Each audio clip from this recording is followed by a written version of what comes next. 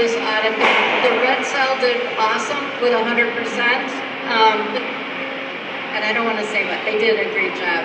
And they're working on it. And I know that the other cells are working on it. They just have more to deal with. And we understand that. What we want to do is we want to keep those areas clear for non-conforming parts. We want this process to be happening every day. We want it to be part of your standard work, QE and QA especially. We want to keep the non-conforming, we first of all don't want non-conforming parts, but until we get there, and we will get there,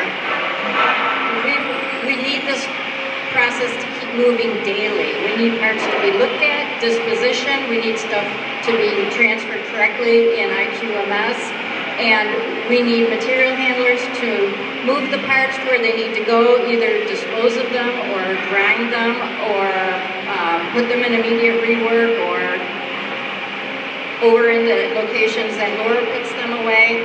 And we're seeing a backlog of parts that's not happening with. We're seeing parts in the white cell that have been sitting there for a couple of weeks. And we're going to have the same problem that caused all of this. We're going to have this backlog of bad parts that are just sitting there and sitting there and sitting there. We just need to keep the process moving. And I just ask that, especially QE and QA, look at this every single day, disposition them, move them, sign off on the sheets. Material handlers also look in these areas for parts that need to be moved or discarded or ground. I know that we can do it. We had some really good high scores at the beginning of March, but we have to keep it going.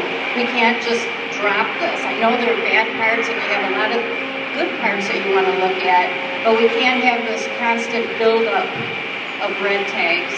So I just encourage you to keep them moving and keep going and keep the areas clear. You know, we're just not conforming parts, and I'm looking forward to better scores in the future. All right, very good. All right, so we have to have a spot, obviously standardized work, to have a gap analysis, right? So we know where we're falling